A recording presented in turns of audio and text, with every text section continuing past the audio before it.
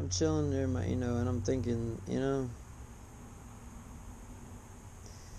kind of makes sense why the Bible says that you should wait until you're married to have sex. And I know a lot of y'all are probably waiting, like clicking skip or stop or whatever, but like, hear me out. Just hear me out. I might be wrong, but I might not be. So, I think the whole principle behind it is just like not to think with your genitalia. Like, if you go out somewhere and you meet somebody, like, even if you, and the most dangerous thing is when you have like a real long conversation with somebody, so you think you made a connection, and then you still have sex with them real quick.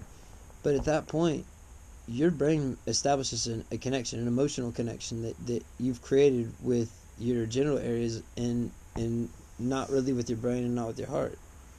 And so I think the principle behind it is just like, get to know somebody at least a little bit before you have sex with them. You know what I'm saying? Like, there's no sense in setting up an emotional connection that you end up staying with somebody for a year and a half, 2 years. Some got people the rest of their lives because they're too scared to get out of it or too comfortable or whatever. I don't even know why you wouldn't, but like, why be in a relationship that's possibly set up for disaster? Now, some people, they have sex right away and they have happily ever after lives, and like, there's extenuating circumstances to everything. But if you guys think about that on a fundamental level, it kind of makes sense. Like, you don't have to wait till you're married. Just get to know somebody. You know what I'm saying? Like, just get to know them. Get to know them as a human. Figure out if you like them as a person. Figure out if they're gonna give you the care that you need. If they're gonna take care of you the way that you need. Or are you gonna take care of them the way that they need?